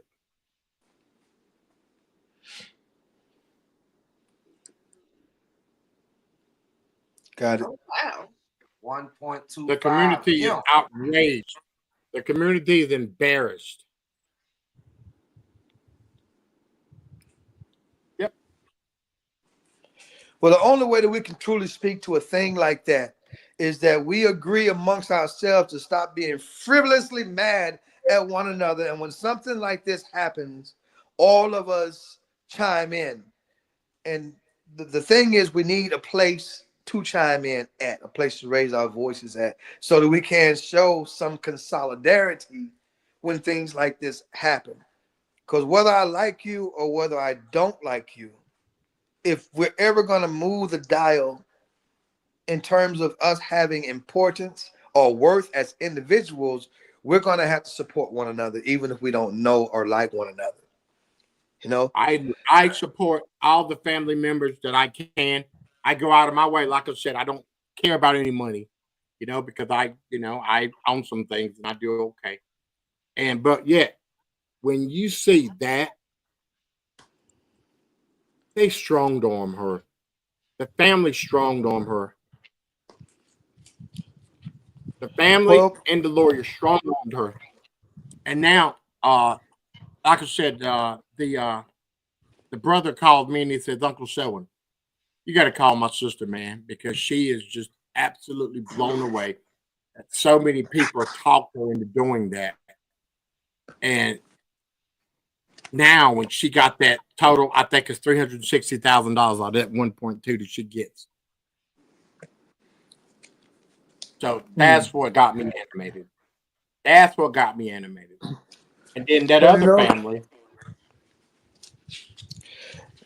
In a situation like that, a sister like that, she's going to need a financial advisor to help her sort out. She got it. She's got him. Right? She got every piece. She's got everybody around her that don't really care about her, that told her to make that decision, that separated her from the people who cared about her. They're the one calling the shots. They're the ones that called that shot. Now, I'm probably going to fly down to Chicago Wednesday to see if I can. Your arm gonna be tired. I'm going to see if I can have a conversation with the other family member, because for them to even accept that would be absolutely insane, And this is, I don't know. I'll throw some at you and you tell me what you feel. Tell me what you think. How did y'all feel about Colin Kaepernick? Now listen to the question. How did y'all feel about Colin Kaepernick taking that knee? We all felt wonderful about it. He made a stand. Okay? How do you feel about, there you go right there. How do you feel about when he took that $20 million and he had a gag order so he couldn't talk about it? He lost his credibility to me when he took that money. Thoughts? Yeah. But you know what? He could take the money and go on and live his best life, or not take the money and be your estranged friend. I mean, yeah, but he would have made money. He would have made money anyhow. But what they did is they took us that all those other 32 million, those 32 owners said, hey, you know what, man? You did what you did. We're not going to give you a job, but we're not going to have you continuously play on that movement that you created. So we'll give you 20 million and you leave that shit alone. And you can't talk about none of it ever again. Well, the man had a rational decision to make. He could try and stand with some guys that didn't want to stand with him, or he could take the money. Mm-hmm. Right? Now, if all of the guys in the NFL who were affected by what he was affected by had stood with him, he would have never took the money. He'd have had a reason not to take the money. Right? But after you get to looking around, man, and all the guys who are relevant to your position have sided with the opposition, it's not a hard stretch of the imagination to do what's beneficial and profitable for you at the end. We'll call it the Moses effect. You can either sacrifice yourself for your people and get ran off the plantation, or or do what's best for you. And the man did what's best for him, right? I feel some kind of way. I would have loved to have seen him continue his stand, but I understand that he had little or no support from the community that he was standing for. Right? Why? Because they said they sided with the money, and they sided with the potential of their opportunities in the league looking forward, not understanding that they are the league. Right? They are the power of the league. That no one jumps higher, runs faster, or more dynamic on the field than we doing what we do when we do it. Right? But we allow for the puppet masters to control us mentally, and they truly don't have any control other than the idea of money, right? And social fame, which we can pretty much do for ourselves. But hey, if you think that he took that money because he was a sellout, you're 100% wrong. He didn't stand out because he was a sellout. He stood out because he was convicted, right? He took that knee because he was convicted. He got up off that knee because he was down there by his damn self, right? But you wouldn't understand that. I told you, you've been on the porch for a long time. Oh Lord. Mr. Strong. You're an I see asshole. you Strong. with the- Give me your thoughts. Wait a minute. Yeah, he wanted to jump in now. Yeah. Go ahead and jump in. One quick point is, whoever said that he wanted it to go past the knee, what if he just intended it for it to be that one moment, and then was going to be done with it, and then all of a sudden he found himself in the middle of a movement he didn't want no part of? What if he was forced into the situation? So as he saw it ruining everything that he actually wanted, he decided to take what he could and get out. He didn't know standing for his people was going to cost him so much. Standing for that particular idea. The whole thing is a lot of times we put the weight of our dreams on one person's shoulder, and we push them to the front of our movements and things we always wanted to say, and things that, we're going to clap for you, scream at the top of our lungs for you. But the moment you don't do what we want you to do is public execution time. You put the weight on my shoulders, and then you kill me for not wanting to carry it. Did I ever once tell y'all I was going to be y'all face, that I was going to be y'all front man, that I was ready to have the bullseye on my back for y'all cause? Did I ever say that? Or did I show that I was fed up and ready to take a stance in what I believed in, and then the rest of the world decided to put theirs on me too? Just saying, that could have been his whole idea on it, and that happens a lot, to where you step up and you step out, and all of a sudden you realize you got a whole lot of things attached to you, and you become my cigarette. You feel like you're obligated to carry these weights, until you realize that you're dragging fully capable people. Turn around, unbuckle their chains, and tell them to stand up. They forgetting how to walk because you're constantly carrying them. If you don't have a man that's willing to carry all the weight and willing to stand for the cause, why haven't you stood up yet? Why aren't you taking a knee? All around the world, that's what that was supposed to inspire. Take a knee in your own life, in silent protest, however you want to do it. But at the end, stand up. Hey, I'm acknowledging I ain't going for that shit no more, but I know I got to stand up. Right. Can I jump in there with you, Strong? I know I see you over there, Mr. Jones. I want to say this. In his movement, even though he had the money, they still made money. They gave him the offer of the 20 million, right? Right or wrong? Yeah. And they made money off of his likeness and image of him taking a knee with the fist. They doubled their money and threw him change, in so many words. You know what I'm saying? I just that's what I get out of They it. gave him peanuts. Huh? Yeah. They made money off of him considerably with the propaganda that they put out about it. The media made money. The people, the products they put it on made money. And then they threw him to the wolves. You see that NFL stands with Black Lives Matter. The NFL stands with George Floyd. Everything that had NFL made money. Yeah. Mhm. So they take our Everything with property. NFL that made money. They take a tragedy and make money off of it, then feed peanuts.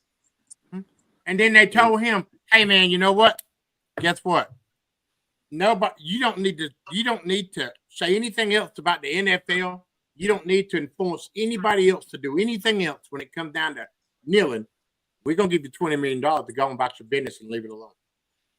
I honestly think that the point hey, Stokes might be right. You know, he didn't want to, or Strong might have been right.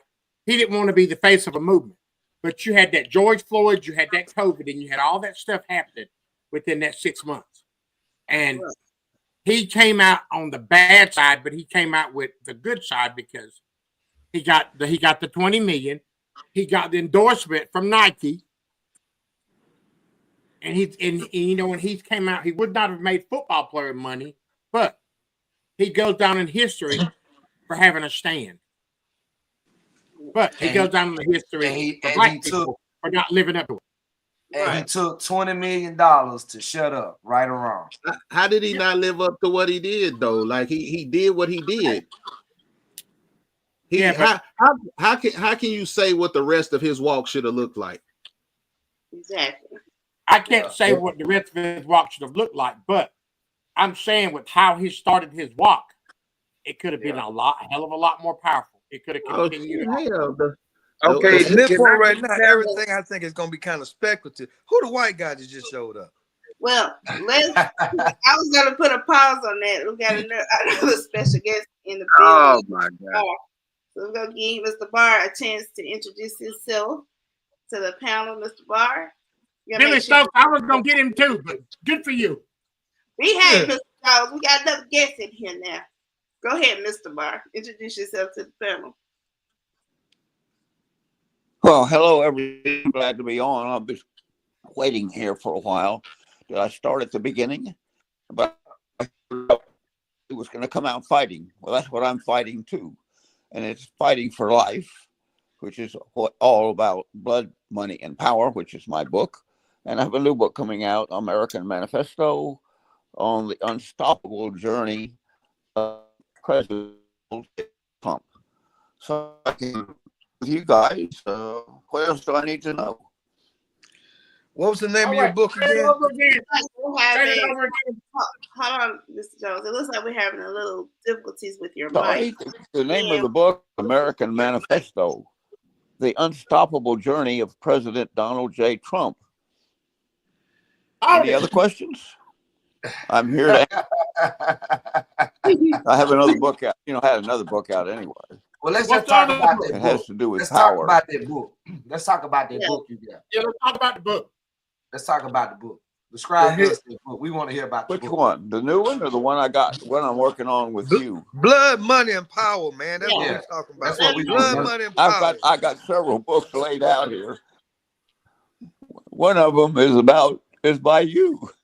What do you got to lose? But I'm available. Now I've been waiting a long time here before I got on, and I find out that the football game, Super Bowl, is going on, and apparently some of that was recorded. That's over. That's over. And That's over. I may be only on a local recording. But when I lay my life on the line, I want it correct. Okay, Mr. Barr, can I ask you a question? and I don't want to leave the stage. Go. What is blood, What's the money, and question? power? What is blood, money, power? The book. What's Money- it about? Well, the whole book, the whole title tells it what it's all about, how LBJ killed JFK. And the pages go on and on about with pictures and everything else, telling them how it was done, how the conspiracy involved, and how the shot was made. It names the sniper. It answers all the questions, and it was a bestseller. And I have it here in front of me, and we're working on some of the parts in the new book on Trump, because it's part of the corruption that Trump is after. Well, we don't want to hear about Trump right now. What we want to hear about is, what did you have to do with the JFK assassination? Why are you an authority on that subject? Were you there? Well, you got to understand one thing. Texas, back in the days when I was actively practicing law, was very like the mafia, and it was known as a fear state, and lots of killings were made, all to help LBJ. And then the big day came when they had the conspiracy fall into place, and what was called the Zipper plot started, with the people that were going to take part in it, the chief executive officers at CIA and other locations, telling what they were doing each day in the year leading up to the assassination date itself. This was all put out in a book and was very helpful. The shot was pulled off by a Jimmy Files. He only had one shot. That's all he needed, because he used a mercury-infused bullet. And those bullets explode, and they make, in the JFK case, a pink plume. And you can't get away from it. One shot was all it took. John Kennedy was dead. In the next instant, it all happened immediately.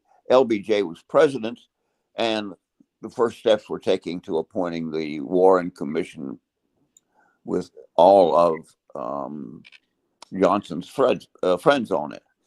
I mean, it was a terrible, terrible matter of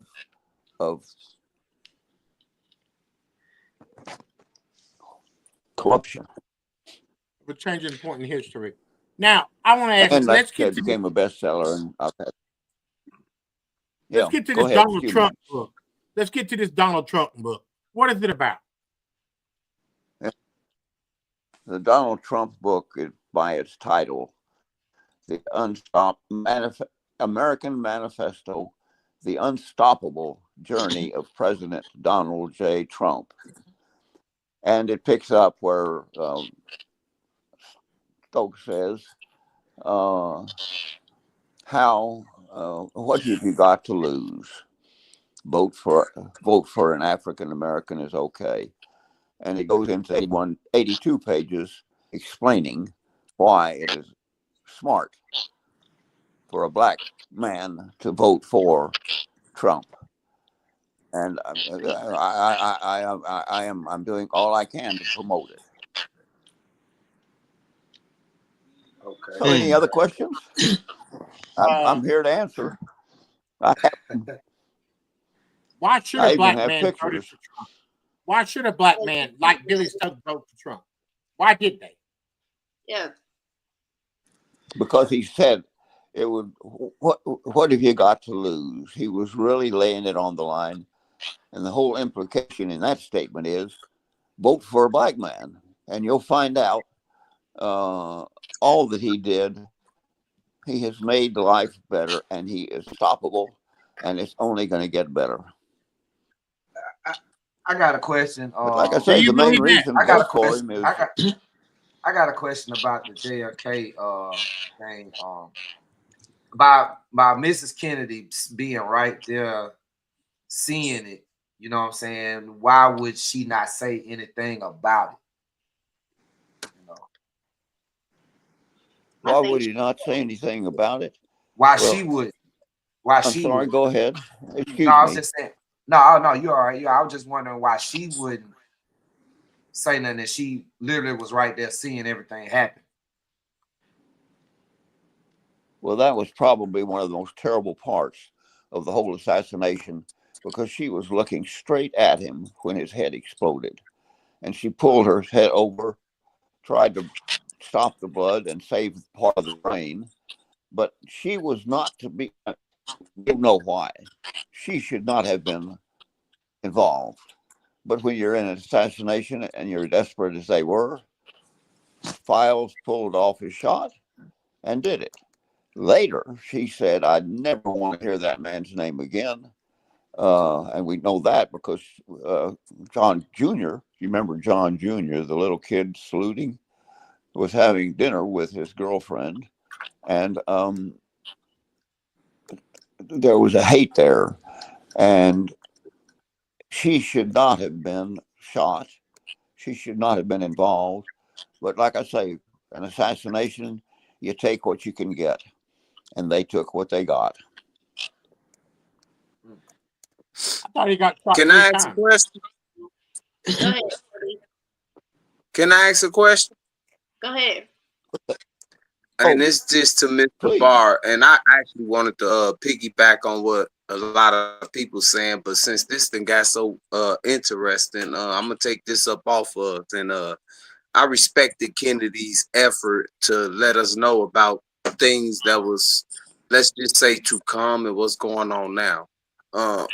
But my question is about Jackie being the wife of this man and things like that. Why did she let the conspiracy fester so long? Like, she looked right at that man before he even did it. Boom. And then leaned on her husband probably to save another shot, not realizing he already gone. But like, why not say anything? Like, why was she just muted, so to speak? The big reason she said nothing is she had not been protected by the Secret Service. And she didn't have any assurances that if she went anywhere or did anything, her children and herself would be assassinated. She wrote a book and had the French Secret Service help with it. And they explained that what she was doing was naming the gold, the oil industry in Texas. And she had, like I say, out of Texas, nothing but fear. She could not see how her children would be protected, how she would be protected.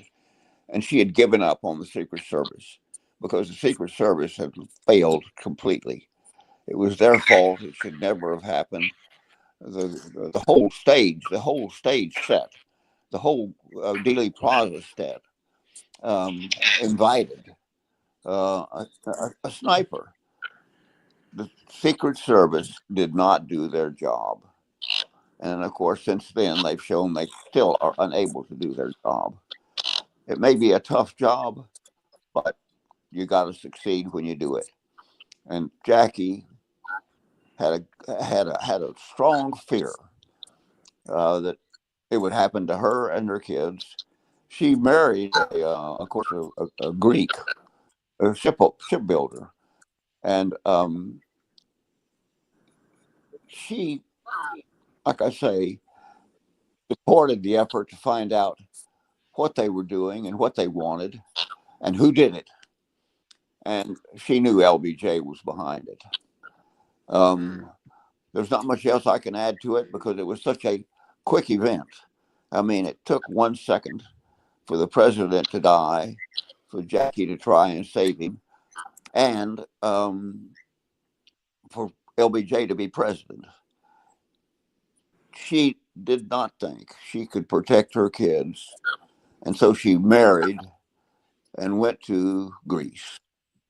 And she was well protected there, but there was never a feeling on the and I'll tell you, there's something else. There's been such a big cover up that part of the cover up was to wonder why she didn't say anything. She did say things. In fact, there was a speech given by the lady who was historian for Joe Kennedy on how they needed to find out what happened. But Jackie couldn't do it. I mean, she knew that LBJ was probably behind it, but they needed evidence. And the evidence was overwhelming that as to who did it. On the flip side, everybody was afraid to question the people who did it. And the whole Mr. thing Barr. was in a state of fear, like the mafia. if you know you're going to be in a shooting that may be full of retribution, full of, shall we say, blood, money, and power, as I title the book, it was going to happen. And she had to have the defense, and part of it has still not been released on what she learned from one of the deep insights of William Manchester. And the hope is that it will be released within, in 2083, and have that too answered. But she's feared for her life and, of course, very much for her children. Mother's instinct. I don't know what else to tell you. Mr. Barr. I know you good. You good. You explained a lot. Yeah. There's a theory that during Prohibition, Joe Kennedy sold a lot of liquor. Joe Kennedy was involved with the mafia, and he promised if they would help his boy get to be president, that he would take care of them. Where's that theory at in your brain? I've heard that one before, that Joe Kennedy was involved with mafia, and when his son got to be president, and when the other brother was Secretary of State, that they would help control things. Then when John F. Kennedy got killed, Robert was no good because he wasn't Secretary of State anymore, so they killed him. Where does all of that come in?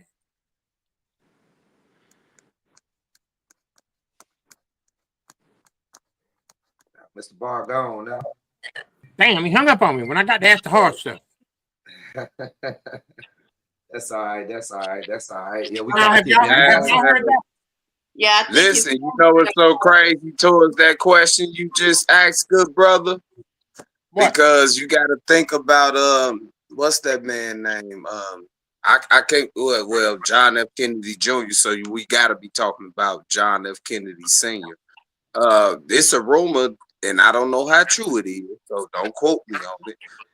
That John F. Kennedy, dad, the one that got Lucky Luciano out the prison in either Italy or wherever he was locked up at in murder, and got him to New York, and he was the rat of the Coin and Shell Pro that brought the mob down at that time frame. Lucky. That is what that's what Joe Kennedy was selling liquor during Prohibition, and all the mobs and everything was in big time back then. And there's a theory or story somewhere I've heard that Joe Kennedy that he would help them if his son became president, because Joe Kennedy wasn't smart enough to become president. He was just a bootlegger, but he wanted his kids to be president. So he traded, and when he didn't live up to his obligations, they asked his son. Now that's been a long-standing story. That's been forever. So can't hear you. Paul Stokes, you're on mute. No, I'm not on mute. I was trying to process all that bulls you just talking about. Oh Lord. It's hard on my mind, man. We can't go 20 minutes without them. I know. 20 minutes. I try. Yeah, I try to be a reasonable human being. We try to have a good conversation about inviting everybody to the cookout. Look, whoever the mobsters were in the past, what none of you guys really knew. The only real mobster left is Donald Trump. Now dispute that. Oh, he's a gangster. He's a gangster. Well, I'm gonna have to agree with you on that, because I done seen a lot of men in his lifetime say things. Now I will say something about the brothers in the cities in the hood. If they tell you they're gonna do something, especially if it's foul, you might as well go ahead and mark it on your calendar, because it's coming to pass, right? Now, other than dealing with the streets like that, I say Donald Trump, the guy said he was gonna do some things, and that's what he did, regardless of the powers that be. And I can respect and admire a person who not only say what they're gonna do, but then turn around and do what they say they're gonna do. right? What do you think about that? I think that you have some validity in about 2% of the shit you just said to me. It's a good 2%. It's That a lot percent more rule the than world. 2%. It's a lot more than 2%. And you're right. He said shit that he's gonna do, and he did it. And whether good, different, or other, he ain't lying to us. He's not lying to us. And the next 4 years is gonna be absolutely challenging for everybody that looks like us. That much we already know. We might be some kin somewhere behind this statement. You might have some of my blood. I got some of your blood in me or something, but I don't know how we just connected, but I feel the universe talking to Oh me. my God. Oh Lord, Yeah. that's Well, not gonna last. You Y'all, smoking that shit again. I was thinking Pound is smoking that damn loud. I actually feel, but can I feel like calling you Uncle Jones. before y'all start back arguing? Go ahead. Go ahead. Call me Uncle Y'all Joe. gang bangers. You can call me Big Daddy if you need to. If that Big makes Daddy. you feel Don't call your damn Big Daddy. That's like calling you sexual chocolate. no. You, And No. now, you now, and now, now, you and now, your six now, concubines. and God's not pleased. And You and God's your not 6 concubines and your 9 Pharaoh children. extra chocolate. Push. They got every part of the movie got the coordinate and the session chocolate. This man said, call me Big Daddy. They call him Big I'm a grown ass man, dog. Ain't nobody calling me. No, What's up, Big Daddy? Didn't you Trump just wipe that shit out? No X, Y, Z, Q, I'm a M, grown L, ass T, man, G. dog. I ain't calling no grown ass man, no delicious, I no guess ain't sexual nobody chocolate. do that little. OG Capone, you still ain't gonna break this up? Okay. Nah, hey, I'm gonna let it go. You hear me? You know what? They're gonna get it right sooner or later. I've been thinking about it, and just What I you will thinking say, about? Have you hurt after yourself? considering and contemplating 9 youngins and 6 baby mamas, his harem. He still can't get over it. I look. He still Maybe the can't get man over did it. deserve the title Big Daddy. I'm just saying. Hey, the man was a Papa was a Rolling Stone. Wherever he laid head was at home. He did. And what he ain't Hey, through. By the Yeah, I'm time down. the It's a rest of these wrap. scalawags find a out wrap. that he after that $8 million he was talking about, he gonna have Wrap. some more baby mama. Oh Jesus. It's a Hey, wrap. I'm gonna just send a shout out to the man that got all them kids like that though, man. Cause for real, man, it and I don't want to jump off the subject though, but since we talking about these kids, like I'm pretty sure your kids is not well off but well influenced, can I say, and understand the purpose of their nature and what you're doing out here, man. So it takes, regardless of 6 baby mamas, being a man that got a whole lot of kids himself without as many baby mamas as you. But yeah, man, it take a lot of teeth. I'm not a No, baby so daddy. I'm not a baby daddy. I'm not a baby I daddy. ain't call. I see. Did I call you that? No, I'm just saying. But most people in that My bad. situation, I Yeah, definitely baby don't want daddy. to put these fathers out here. You're right. I stand corrected, man, because I don't consider myself a baby daddy neither. And it I'm took not a baby the daddy. mother of my daughter to correct me one day when I called her. What's going on, baby mama? She was like, I'm the mother of your children. Check me. So yeah, I get it. Listen, it just, man, we gotta actually be that right now. And We I have think to. that's what communities. We have to. You never stop growing. That little one that came in here a while ago, he's 9 years old. He just got accepted in the STEM, which is the science and technology and math program. So he's a little rocket scientist. He's 9 years old and he's reading on the 11th grade level. So by the end of the school year, And that's what I mean, though, man, because a lot of fathers don't get the credit, even if he got 6 baby mothers or whatever it is. They don't get the credit of the role that they are allowed to be played in, or if they just, mothers understand that it's a 2-parent situation, regardless of the situation. They don't get a lot of credit. You The know what I mama wanted mean? money. This The one- mama No, wanted yeah. money. No, but The you mama gotta, wanted well, money. you know, that's everybody's situation, or it might be personal. I'm just saying there's a lot of mothers out here that don't get credit for what they allow their fathers to do, neither though.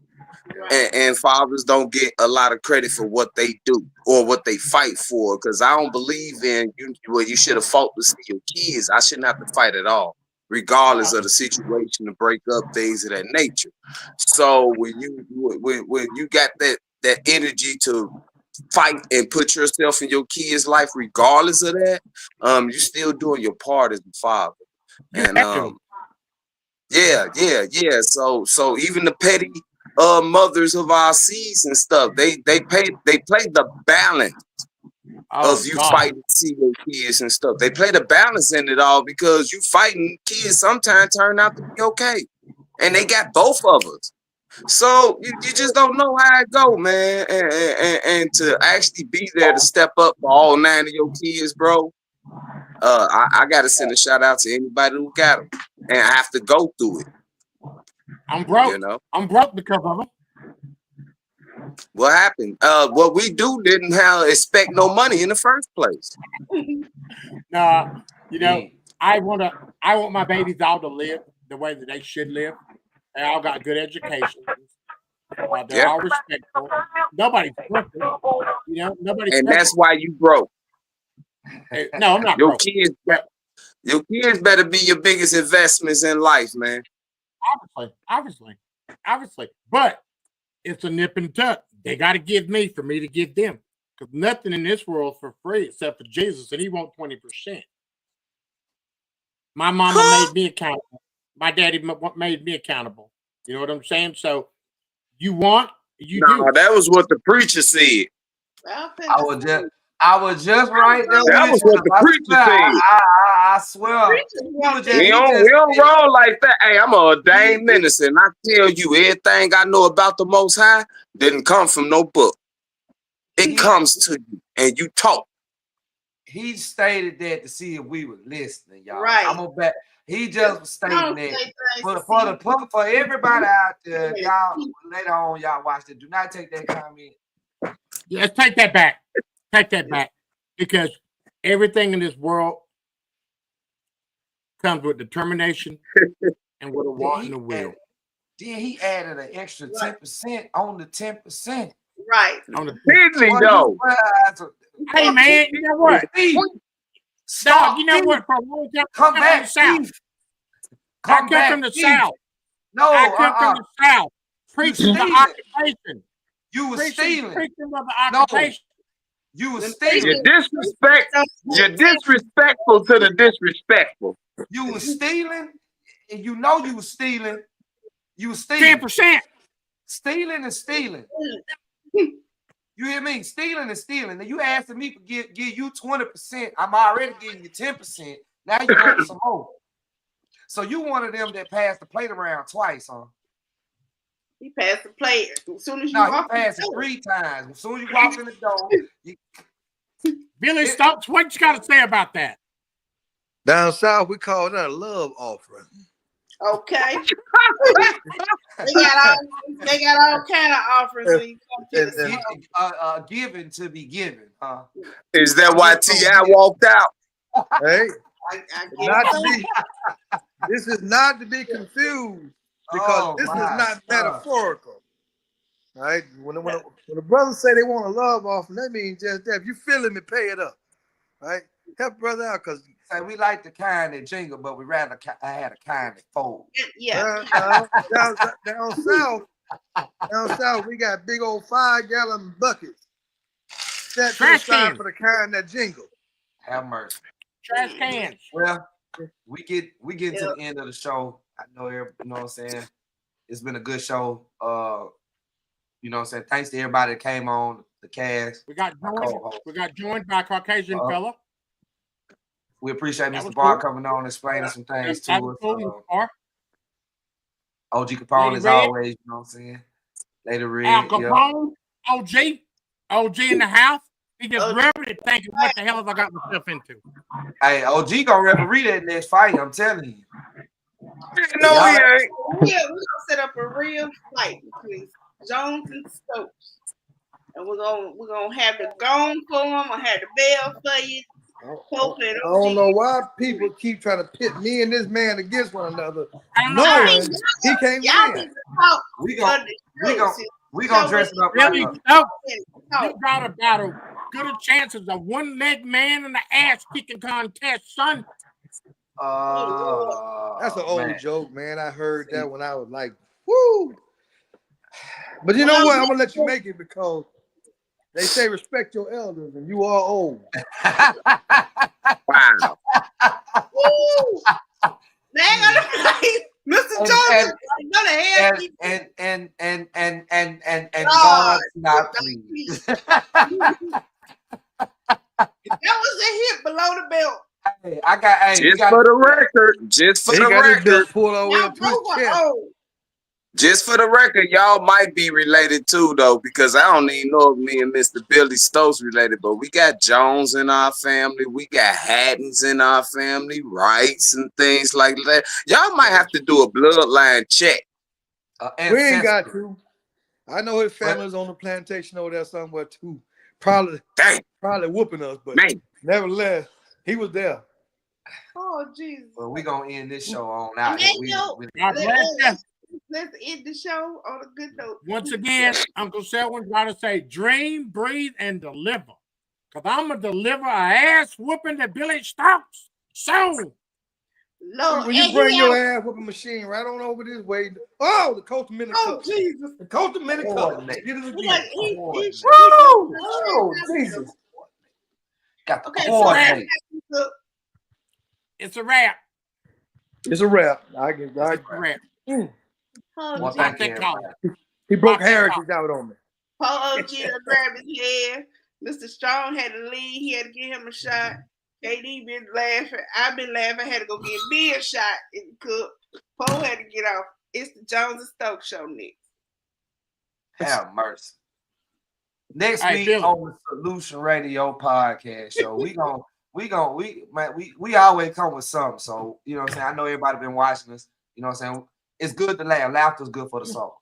I know we have some very serious topics, but laughter is good for the soul. So you gotta laugh sometimes. So I smile through the pain. So we here. Bro, Jones, don't forget to tell us how we can contribute to or chime in on the issues that you're working on, because those issues are very important, and it'd be very important for us to consolidate our voices on behalf of those families who are going through the things that you're advocating for.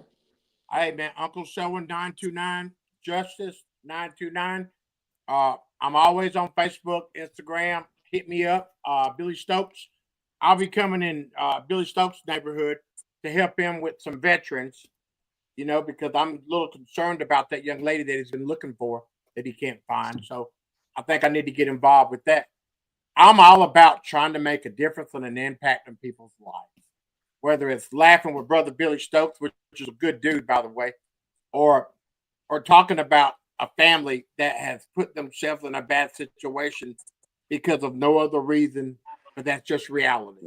As Billy said, or Carl said, when you grew up in the hood, there's a certain way that you go about doing things. Unfortunately, they may not be right for some, but they're right for them. And that's sad, but that's just reality, man. You know, a lot of people don't understand the theory of a dollar alone. A lot of people don't understand the theory of finance and worried about, most people aren't worried about 10 or 15 years from now. They're worried about tomorrow. So what we need to do is educate people that there is a 10 or 15 year period, you know, or a 20-year period. Because, hey, think about this. How many people will get dressed tonight, pack their lunch, and don't get an opportunity to wake up in the morning? Right. Many. We're the lucky ones. I sure hope I'm lucky enough to be able to see your beautiful faces tomorrow. We're going to talk to you during the week. But let's just keep that fight, man. And let's just keep this fight real. And let's uplift somebody. You know? Don't confuse me and Billy Stokes bantering each other, because I got nothing but love for that crazy rascal. Nothing but love for you, brother. Hey. I got nothing God but bless you. love for the man. Uncle Selwyn, Uncle And I Joe don't know how hasn't to been feel home about him in calling 4 me days. beautiful. With that So, being said, I'm going home. we gonna end the show. He gave us them words of wisdom, and we appreciate that, Mr. Jones, for those words of wisdom. And as always, you know what I'm saying, we thank y'all for coming on the show. Tune in next week. We'll be here next week. Holla. Peace, boss. One love. This your boy T-Pole. This the New Solution Radio podcast show. And if it ain't AGELREEFE and the family, I'ma keep saying it till I get tired. Overstand, leg up.